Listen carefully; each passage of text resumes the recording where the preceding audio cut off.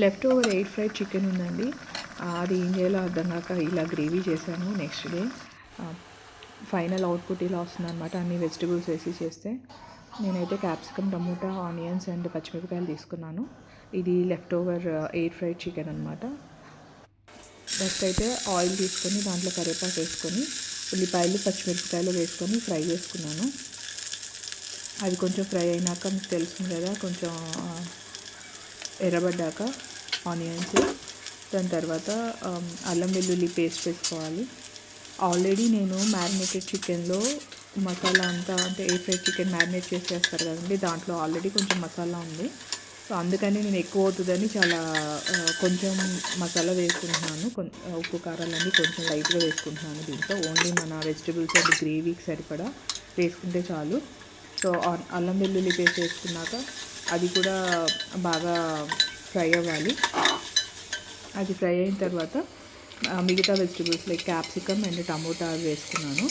అవి కూడా బాగా మిక్స్ చేసుకొని వాటిని కూడా కాసేపు ఉడకనివ్వాలి. ఎందుకంటే మనకు ఆల్రెడీ చికెన్ ఉడికిపోయింది, ఇవే ఉడకాలి. సో అవి కూడా ఉడికిన తర్వాత ఆల్రెడీ నేను పక్కన పెట్టుకున్న చికెన్ ఉంది కదా, కట్ చేసుకొని అవన్నీ వేసేసుకున్నాను.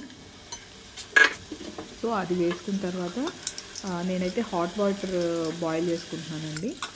అండ్ మీన్వైల్ పసుపు, కారం కొంచెం లైట్గానే వేసాను. చెప్పాను కదా ఆల్రెడీ వేసిందని. సో ఇది కొంచెం కలిపి ఈ టైంలో నాకు హాట్ వాటర్ రెడీ అయిపోతాయి.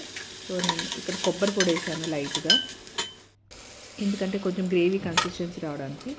తర్వాత హాట్ వాటర్ వేసాను చూసుకొని గ్రేవీ కోసం.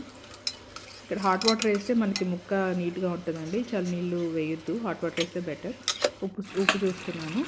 దాని తర్వాత దాన్ని ఉడకనిచ్చాను అన్నమాట పులుసు. తర్వాత దాంట్లో ధనియాల పొడి వేసాను.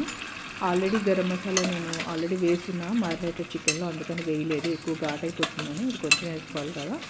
సో ఇది ఉడికిన తర్వాత ఇంకా నాకు కన్సిస్టెన్సీ సరిపోలేదనిపించింది, అందుకని పెరుగుని విస్క్ చేసుకొని కొంచెం వేసుకున్నాను. సో దట్ గ్రేవీ కొంచెం లైట్గా థిక్గా రావడానికి, కొంచెం చిక్కబడి అది ఫైనల్గా చేశాను అనమాట.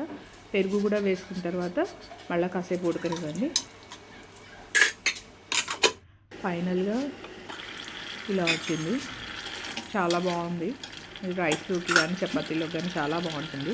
It's actually healthy. ఫైనల్గా కస్తూరి మేతి అండ్ కొత్తిమీర వేసేస్తున్నాను. ఇంతే అండి, సింపుల్.